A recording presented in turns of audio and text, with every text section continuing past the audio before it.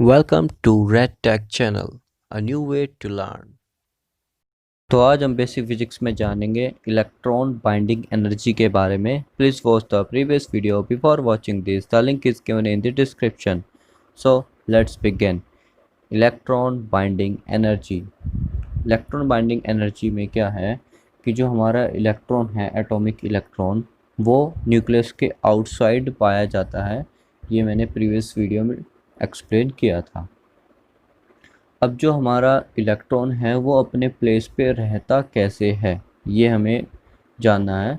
कि जो एक न्यूक्लियस है, न्यूक्लियस में हमारा प्रोटॉन और न्यूट्रॉन होता है. प्रोटॉन का पॉजिटिव चार्ज होता है और न्यूट्रॉन का न्यूट्रल, यानी कि कोई चार्ज नहीं. तो ओवरऑल न्यूक्लियस का चार्ज हमारा हुआ पॉजिटिव. एंड जो हमारा इलेक्ट्रॉन है वो हमें मिलता है आउटसाइड द न्यूक्लियस. तो जो अट्रैक्शन है पॉजिटिव और नेगेटिव की, इस वजह से ही वो इलेक्ट्रॉन हमारा वो एक तरह से उस स्टेट में रहता है न्यूक्लियस के बाहर. और इसी को कहते हैं हम इलेक्ट्रोस्टैटिक पुल. यानी कि जो हमारा इलेक्ट्रॉन है वो अपनी जगह पे इलेक्ट्रोस्टैटिक पुल की वजह से रहता है और पॉजिटिवली चार्ज्ड न्यूक्लियस की वजह से. अब इलेक्ट्रॉन बाइंडिंग एनर्जी क्या है कि इलेक्ट्रॉन बाइंडिंग एनर्जी क्या है कि एनर्जी रिक्वायर चाहिए इलेक्ट्रॉन को, उसके इतनी एनर्जी चाहिए किसी भी इलेक्ट्रॉन को energy required to completely remove an electron from an atom. किसी भी अलग दूसरे इलेक्ट्रॉन को या दूसरे भी पार्टिकल है उसको इतनी एनर्जी चाहिए कि वो जो इलेक्ट्रॉन है वो उसको उसकी जगह से हटा दे. और इसी को हम कहते हैं इलेक्ट्रॉन बाइंडिंग एनर्जी. कि जो जिस इलेक्ट्रोस्टैटिक पुल की वजह से वो वहाँ है, हमें उससे ज़्यादा एनर्जी का इलेक्ट्रॉन चाहिए जिससे वो उसको उसकी जगह से हटा दे. और यही हमारा कहलाता है इलेक्ट्रॉन बाइंडिंग एनर्जी. अब हमने पढ़ा है प्रीवियस क्लासेस में कि बोहर मॉडल होता है, उसमें KLMN शेल होते हैं.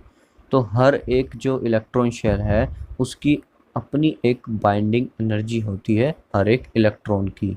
तो उस लेवल के हिसाब से या उस बाइंडिंग की एनर्जी के हिसाब से हमें एनर्जी की रिक्वायरमेंट होती है.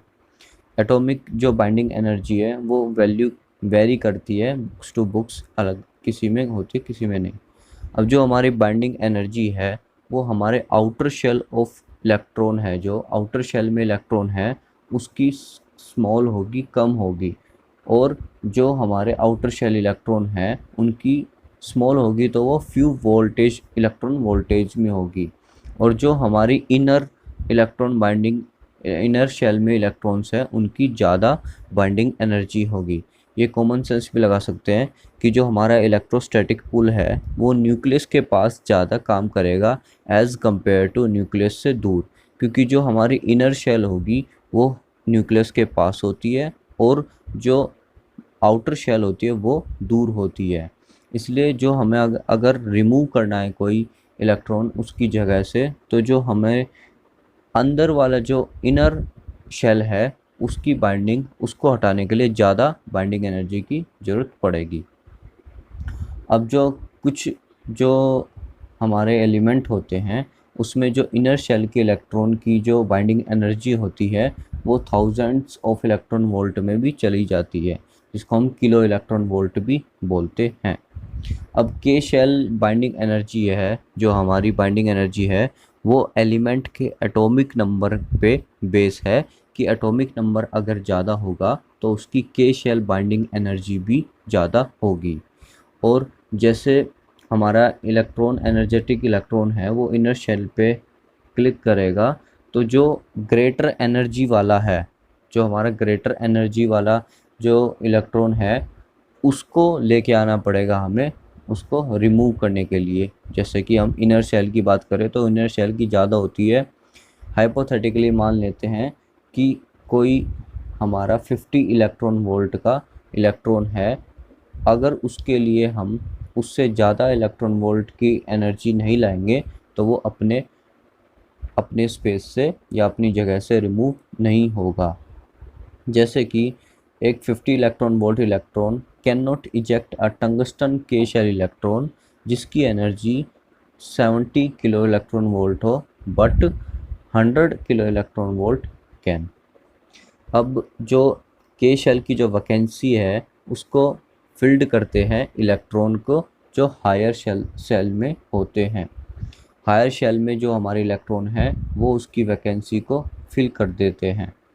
जो electron moving from outer to inner shell है वो एमिट करते हैं एक्सेस एनर्जी को, जिससे हमारी इलेक्ट्रोमैग्नेटिक रेडिएशन निकलती है, जिसे हम कैरेक्टरिस्टिक रेडिएशन भी कहते हैं। अब जो हमारी एक्सेस जो एनर्जी है वो ट्रांसफर्ड हो जाती है ओगर इलेक्ट्रॉन में, जो हमारे एटम को एनर्जी वो लीव कर देता है।